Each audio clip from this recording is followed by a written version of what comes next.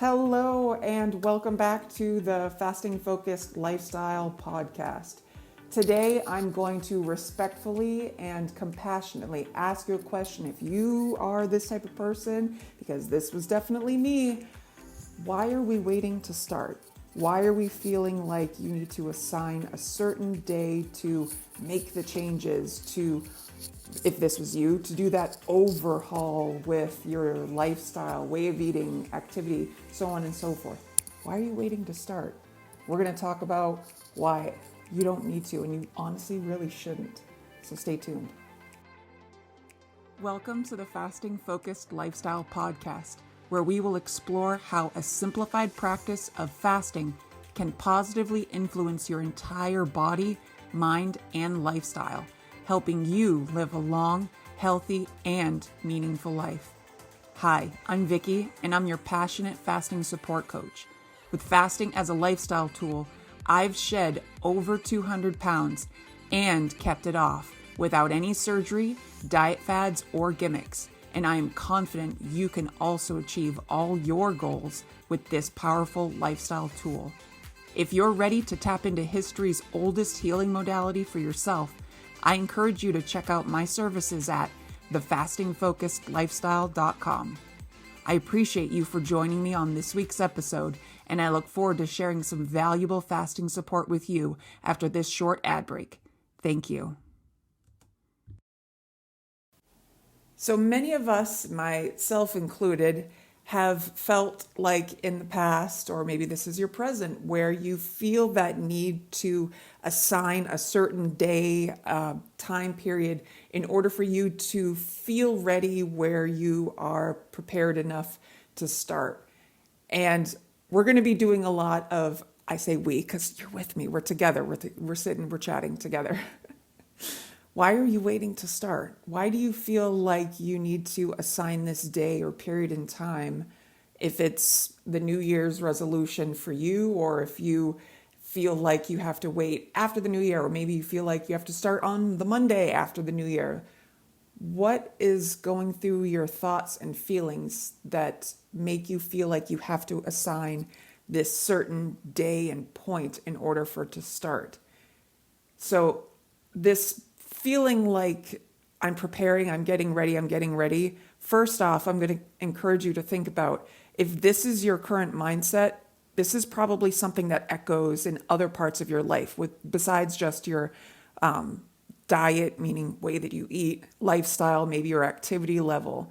And this kind of compiles on what diet culture also just forces and shows us constantly throughout our really entire lives, about how we have to do this overhaul and get clean slate. Everything must be completely different than who we were in order to get to where we want to be. And I respect and understand that kind of motivation and drive that you may have of like, okay, I'm going to get this product, I'm going to get this program, I'm going to download this, or I'm going to go out and do this or buy that or set this up. If we are always feeling like we're needing to prepare and get that thing or do that thing or make this arrangement or whatever, you've probably heard me, if you've heard previous episodes, you've probably heard me talk about one of my favorite, if not my favorite book, The Subtle Art of Not Giving a Fuck by Mark Manson. I'm really obsessed with this book, and folks seeing me on live here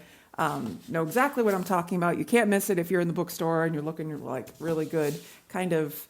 It's the anti-self-help book sort of thing, where it's just this raw, real kind of conversational advice, where Mark Manson discusses, if we are in constant pursuit of making ourselves better or seeking that fix, seeking something to put us to where we feel proud or ready, then we're never going to find it. That process, that act, let me actually see if I can find that quote. Let me see, because I know, yeah, I've earmarked it, underlined it, and everything. Like, this is a very, very meaningful quote for me. So I'm going to actually shout out to Mark Manson, not that he's listening to my stuff. Like, I'm obsessed with this. This is like the mantra I kind of live by. And honestly, it was kind of like a realization I feel like I had, but to put it and quantify it in like a word quote, the way that he said it just made it all the more powerful for me.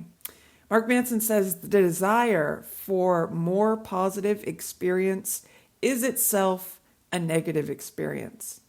And paradoxically, the acceptance of one's negative experience is itself a positive experience. So think about that. If we allow ourselves to really just be okay and accept where we are, what we have, what's going on in our circumstance. And again, this is also something I've discussed previous episodes, our hula hoop of control. And I've talked about this a lot. And again, this is one of those self-realizations I came through in the beginning of my journey. And I just got so excited by it because it's true. And this reflection that if we allow to have this self-reflection, again, compassionately, y'all, accepting where we are, what we have, what's going on in our lives, can confirm and check off little signals and feelings and thoughts and, overall tingle feelings from head to toe that we're okay where we are. We're okay with what we've got, what's going on with us, and our entire circumstance. Things being okay with what we have within our hula hoop of control. Now, the actual term for it is locus of control. If we are okay with the things in our locus, then we can allow ourselves to feel present and ready and prepared. Even though if society and culture says, you need this in order to be successful, you have to have that in order to be successful and ready to start or ready for this. We need to allow ourselves to get to this point where we're okay where we are and accept, even if your life's a mess, even if you've got chores, obligations, responsibilities, because parent of two, lots of additional responsibilities, running a job and everything as well. And I'm sure you've also got a very busy schedule and life as well. And this kind of overlaps too in different topics I've talked about also in the past, where if you're assigning your health as a non-negotiable thing that you tend to, like a loving relationship, a position in a job, or position in your society, in a group organization, if you have this as such an important thing in your life, a priority, if you assign this as a very important kind of priority in your life, you will, without any doubt or criticism, you'll make time for it. We give time to what we care about. And if you truly care about and trust that, hey, I'm showing up for myself in whatever form that looks like. Oh, I know I have a busy schedule this weird limbo week, and maybe I have additional responsibilities. Maybe you have to go shopping, or maybe you got to clean a lot more. Maybe you got stuff to put away. Maybe you've got this to do. That's okay. There's this ebbs that we've talked, ebbs and flows in life. And that acceptance of, okay, I know this is going to be a busy time of the year. Trust yourself. Do you trust yourself? Take a moment to think about what that feels like when you do trust yourself, when things are going good, and thinking, I'm okay. Things are messy. They'll get done when they get done. It's okay. It's okay to allow these things to exist imperfectly, or maybe without the entire set of things or products or just stuff, I imagine, whether physical, digital, virtual, metaphorical, feelings, whatever. Allow that stuff to exist where you are, because that will help you kind of establish this concrete feeling of, I'm okay, I'm set. I may not have everything. I may not have the best of everything. You may have intentions of upgrading things, products, relationships, positions, whatever, later on, which is fine. Those are things that I feel that you can make deliberate and conscious steps towards when we're assigning this value, this non-negotiable priority and value towards these actionable, easy to do, broken up, bit by bit, each and every single day steps towards the direction, like we've spoke before, that making your future self proud. Well, what does that look like? Okay, for me, for example, for today, I allowed myself to sleep in. Do I usually sleep in? No. But I feel like if we allow these moments where subconsciously, like that little toddler tantrum we've spoken about before, keeping those boundaries up, listening to what those pangs, urges, feelings, triggers, emotional upset within us, what does that sound like? What is it saying?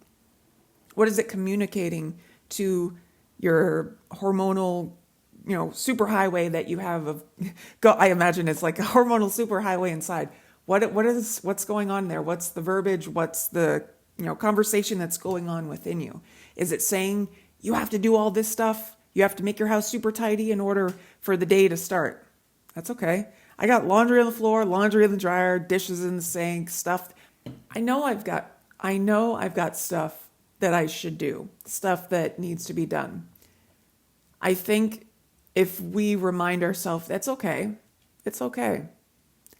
Judgment and expectations very commonly are held within us since very early on in our life of, you have to get this done before you can do anything else. You got to get this done before you can do anything else. And that's now overlapped to a point of how we see and prioritize our health, well-being, emotions, so on and so forth. So naturally, as many of us, because again, I've been there as well, we let ourselves push back the priority of what it means to maintain our health and wellness. And that's really unfortunate because, as you all probably have experienced at some point in your life as well, if you don't make time for your wellness, you will be forced to make time for your illness. And that does unfortunately mean a shorter lifespan than what you probably intended or expected. I've seen it. You've probably seen or heard about it within your circle of friends and network as well. And it's extremely unfortunate, but that's honestly what society, I feel, pushes out. And I'm not going to dog on or throw insults or just ridicule in that sense. I feel like that's an opportunity to think, what is the intention with making me think that I have to have all this checklist done in order for me to feel like I'm going to be successful this time? I think there's a lot of wisdom and beauty and just deep, deep respect to trusting ourselves when we allow starting, even when things aren't perfect, starting when even it's not fully societally considered to be ready to go. And again, I'm going to tie back in my story here, because if this is something that you can benefit from, please do. When you have moments in your life that are so incredibly jarring and make you have this kind of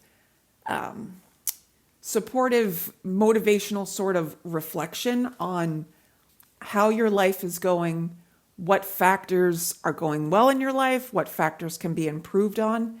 If you can have this zoomed out kind of analytical sort of, without emotions attached to it, if you can see things like, hey, this needs to be improved, hey, that can be improved, without ridiculing yourself, without going into a self-deprecation spiral, because we're not about that, if you can zoom out and see supportively, enthusiastically, respectfully, what isn't going well in your life and what factors you can see and identify broken up into smaller chunks to tackle bit by bit by bit, little bit at a day, task by task, like each and every single day, I think we can see and feel and have physical proof of over time, if we're making these small actionable changes in our habits and emotions each and every single day, they add up and compound in such a transformative, epic, beautiful, powerful sort of way that resonates and ripples from so deep within inside of us outward in ways that affect our life more than you probably realize. So again, going back to feeling ready, you're never going to be completely ready. Nothing's ever going to be perfect. And if we're constantly chasing that, it's going to be sad. It's going to be just really unfulfilling. You're going to just constantly be disappointed. So I'm going to encourage you to think about how in your life you can find this sense of accept. How can you accept your circumstances for where they are? What can you do? What can you think? What can you maybe eat or implement into the way that you eat? that will allow you to feel safe, be okay, feel ready, confident, trusting in yourself so that you can say, all right, I'm making today my day one instead of waiting for one day to come, which is not like you are not going to have this magical one day and somebody be like, everything is great. Today is when you start. There's not going to be band festivities, parade. Like you've got to establish what that day one looks like. For me, it was a random day in August, and I was completely shaken and flipped, rocked to my core from the way that I was eating myself to a very early death, I felt like. And how that grief, sadness, self-deprecation that I was feeling absolutely was not serving me, and it was hurling me down a path I felt and knew way deep down to my bones was like, whoa. And I let myself I'm going to encourage you, when that kind of sentiment, self-reflection comes onto you, observe it, sit with it, sit uncomfortably with it. Please, I'm going to just encourage you, sit with those hard feelings and look and think, what can I learn from this? What can I learn from this? In that moment, I learned today is your day one. Find one small thing that you could do. I thought for absolute certainty that I had to, finger quotes, had to do keto. I, of course, don't eat meat and prefer to not eat dairy. So I was going to do a vegan, a messy kind of vegan keto style diet, actual super restrictive, thought I was going to need to do crazy food lists and think about what vegan foods I could eat and couldn't eat. And then a video about fasting came up. And then I saw Dr. Fung stuff. And then I saw Dr. Eric Berg stuff. And it just kept going. And this sense of acceptance from where I was, beautiful. I had not full trust in myself, not even full trust in this process, but curiosity, excitement, a willingness to step into the unknown, to try what you've never tried before. If you've never tried fasting before, if you've done it unsuccessfully, this can offer some self-reflection into why didn't it work successfully? What were those factors like we talked about just before? Zoom out.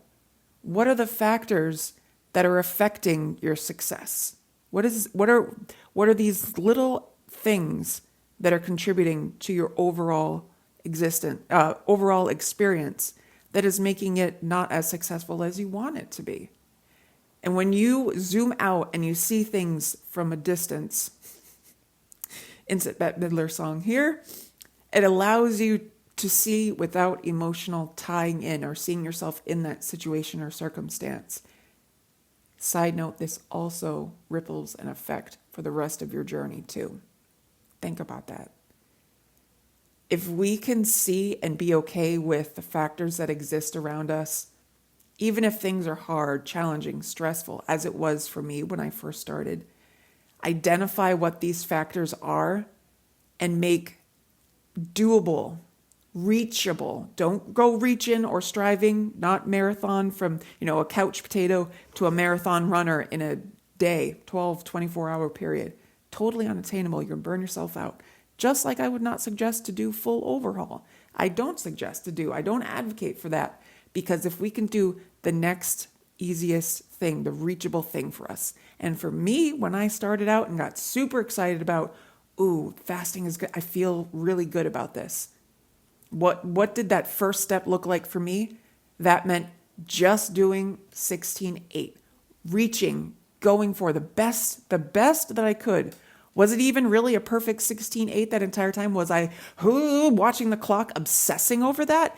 Absolutely not. It was a general kind of, I'm going to sit with the way that my body feels while I'm in a fasted state.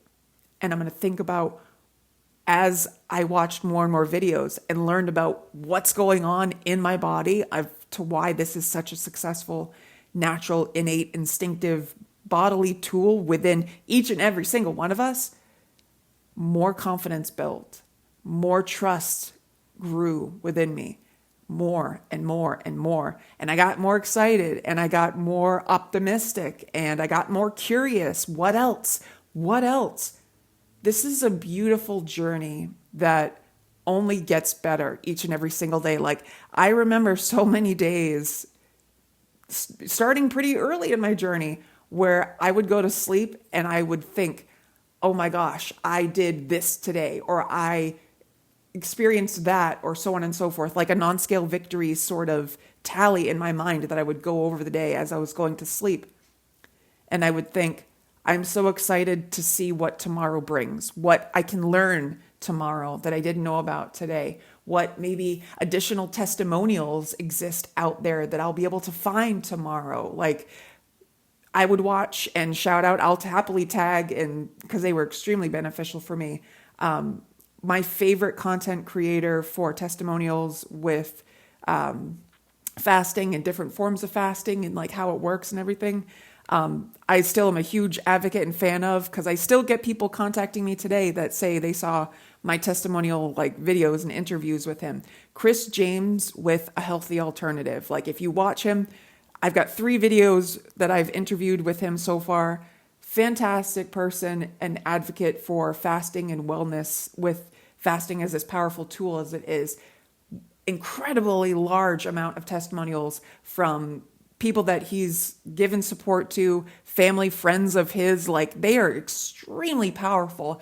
And for me in the beginning stages with like just getting into knowing what fasting is, knowing what's going on in my body, they were extremely motivational, inspirational, educational. Like, every bit of each video that I watched, there were some takeaways that I had. And I think if we come into this sense of excitement, curiosity, looking for what can I learn? How is this benefiting me?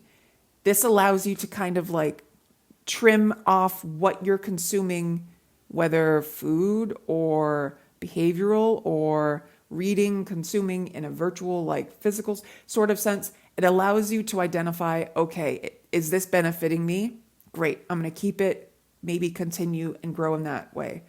If it's something like habits or like items and things that you've been doing in your life, if they're not serving you, you'll be able to make these identifications to make modifications to help your overall improvement. It sounds like, whoa, that's not really all that attainable. But I promise you, with careful consideration and attendance to the thoughts, emotions, like that hormonal superhighway that goes constantly through our body, hormones running the show head to toe, will let you know of all these thoughts, feelings, and emotions when you get bothered by certain things, or if somebody tells you it's got to be this, or you should do this, or you start to feel certain ways about how parts of your life are going. If you want to make changes, it doesn't need to be perfect. It doesn't need to be something where you have to prove yourself to everybody. And being okay with where you are, what you've got, what's going on, and identifying if you're unhappy with or wanting to make improvements with what's going on within your locus of control. Because again, we're not worried about things that are outside of our locus of control, because those things we can care about, but we shouldn't give too much time and attention to because they're out of our control. If you have factors within your locus of control, within your hula hoop, as I've said before, know that small, actionable, mindful, respectful changes can be made. Things don't need to be in perfect status all around you. You don't need to have the next best, greatest tool thing that's out there in order to be ready to start. You can start today. You can start messy. You can start imperfect. But it's what value you place on those actionable steps of making those improvements. Is your health important enough to you? Do you see yourself confidently, healthily, being able to sustain a good quality of life 10 years down the road, 20 years down the road, 30 years or more down the road, Where do you see yourself? Not in a, hey, you're here for this job interview. Where do you see yourself in 5 years? No, not like that. Get invested in this. Get invested in how important it is, these small little, potentially even seeming mundane steps, things that we're doing and showing up for ourselves, trusting, I know I'm making positive changes over time, and I'm proud of myself. I feel great about how I'm doing this. I feel wonderful. I'm confident in myself. I'm constantly building trust in myself, and it shows. I want this for you. You listening right now, friend. I want this for you. And I want you to know that you can have this. You deserve every single bit of this. So long as you're present, so long as you're showing up for yourself each and every single day, so long as you're making your health and wellness journey your non-negotiable. You have so many other things in your life that are a priority, that you have to tend to every day, and you don't question it. Your health and wellness, emotions, physical, way you eat, all that from head to toe should be of equal importance to everything else you do throughout your day. Because as I said, if you don't make time for your health and wellness, you will be forced to make time for your illness. And I say this with encouragement, motivation, respect, compassion, and deep, deep empathy to know and remind you again, you can do this. I believe in you, even if you don't. And if you are in need of supportive one-to-one coaching, consulting, fasting group support, I'm here. I care so freaking much. I want everybody else who wants it, needs it, is ready for it, excited, curious, motivated, like get hype. This is your life. This is your quality of life that you can attend to and improve little bits at a time, each and every single day. You can, you absolutely can. For more information on support with me, go to thefastingfocusedlifestyle.com. I'm going to give you all a big, supportive, motivational, you got this. You are ready where you are. I promise you, you're ready where you are. You can do this because I believe in you, even if you don't. The Fasting Focused Lifestyle Podcast.